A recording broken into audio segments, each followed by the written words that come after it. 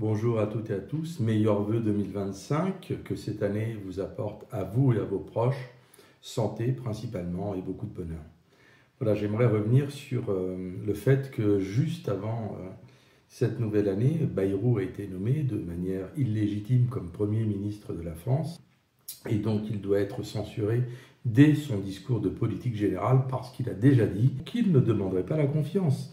Donc on va lui faire la défiance et on verra quels sont les députés qui vont maintenir sous perfusion la Macronie et quels sont les députés qui vont accepter d'aller au bout de la censure de la dernière fois, c'est-à-dire une nouvelle censure pour faire tomber le gouvernement, voire pour que Macron comprenne qu'il faut démissionner. Un mois d'attente pour commencer à parler de Mayotte au Parlement. Plusieurs groupes parlementaires avaient demandé des travaux exceptionnels afin de voter une loi spéciale et de voter les budgets nécessaires pour que Mayotte puisse retrouver au moins une dignité dans la vie de tous les jours. Il n'en est rien. M. Bayrou a préféré laisser passer les vacances de Noël. Il a d'ailleurs préféré aller à Pau, au conseil municipal, plutôt qu'à Mayotte quand il y a eu le cyclone, tout comme M. Macron et M. Retailleau ont préféré aller voir le pape en Corse avant d'aller à Mayotte. Donc, quelque part, il finit par aller à Mayotte, Macron, mais qu'est-ce qu'il fait? Il engueule les Mahorais, bien sûr. C'est presque de leur faute. Il a tout bien fait, Macron. Les gens, ils n'ont plus rien, ils n'ont plus d'eau, ils n'ont plus de toit, et c'est de leur faute. Ils n'avaient qu'à se débrouiller, quoi. C'est incroyable. Et le mépris de Borne.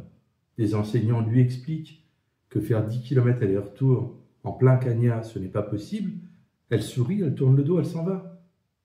Et elle ment, en plus, à la télé en disant qu'on avait coupé ses propos. Ça a été vérifié. Rien n'a été coupé. Ces gens-là n'ont plus à être au gouvernement.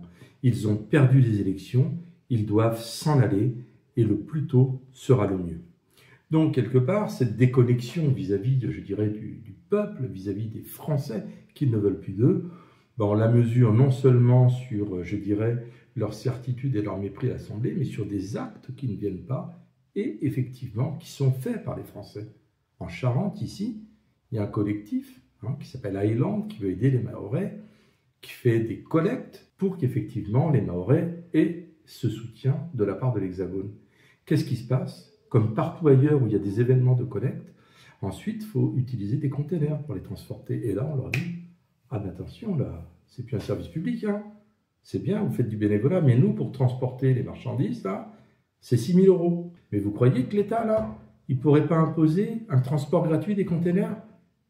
Ces gens-là, ils se sont gavés pendant des années, les actionnaires se sont gavés, et le jour où il faut être solidaire et fraternel avec les gens qui sont dans la difficulté, eh ben ces gens-là, ils vous font payer 6 000 €, hein, sans vergogne. Il y en a marre de ce monde-là. Il faut choisir un autre monde. Un autre monde est possible. Pourquoi? Parce qu'il n'y a pas que l'argent qui compte. Il n'y a pas que l'argent qui compte.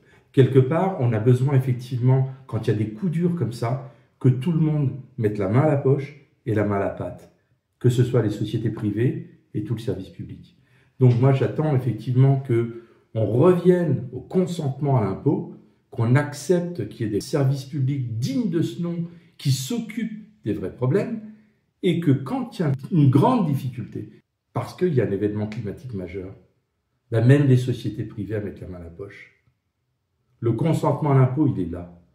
Il est que déjà, on ne fait pas d'optimisation fiscale pour avoir des bons services publics, mais c'est surtout que quand il y a un coup dur, que ce soit l'État ou le privé, tout le monde met la main à la poche. Tout le monde met la main à la pâte.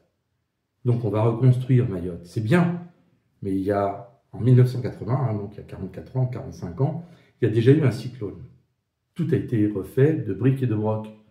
45 ans plus tard, il y a un nouveau cyclone, les mêmes vents à 250 km/h.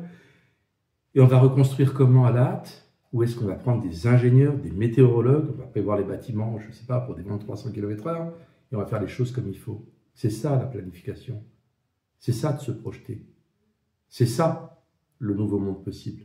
Donc, quelque part, je vous propose, moi, de réfléchir à tout ce que révèle l'incident à Mayotte, et dites-vous bien que si ce genre d'incident arrive sur l'Hexagone, la question qu'on doit se poser, est-ce que le gouvernement qui est en place, est-ce que le président qui est en place sont les plus à même de porter secours et de mettre les Français et les Françaises en sécurité.